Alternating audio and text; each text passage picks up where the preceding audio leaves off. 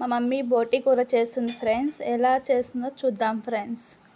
ముందుగా ఎర్రగడ్డలు, కొత్తిమీర, పుదీనా, టమాటాకాయలు, కరివేపాకు ఫ్రెండ్స్ కోసుకోవాలా ఫ్రెండ్స్. ముందుగా కుక్కర్ పెట్టుకొని ఆయిల్ వేసుకోవాలా ఫ్రెండ్స్. ఎర్రగడ్డలు, కరివేపాకు వేసుకోవాలా.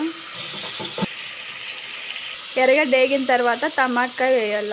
టమాటాకాయ వేగిన తర్వాత కొత్తిమీర, పుదీనా వేసుకోవాలి.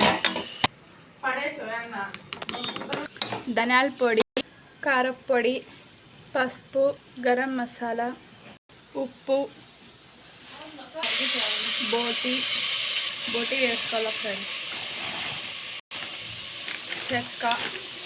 చెక్క పొడి, అల్లం పేస్ట్ కొద్దిగా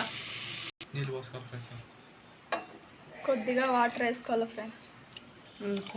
అంతే ఫ్రెండ్స్. 4-5 విజిల్ పెట్టుకోవాలి ఫ్రెండ్స్.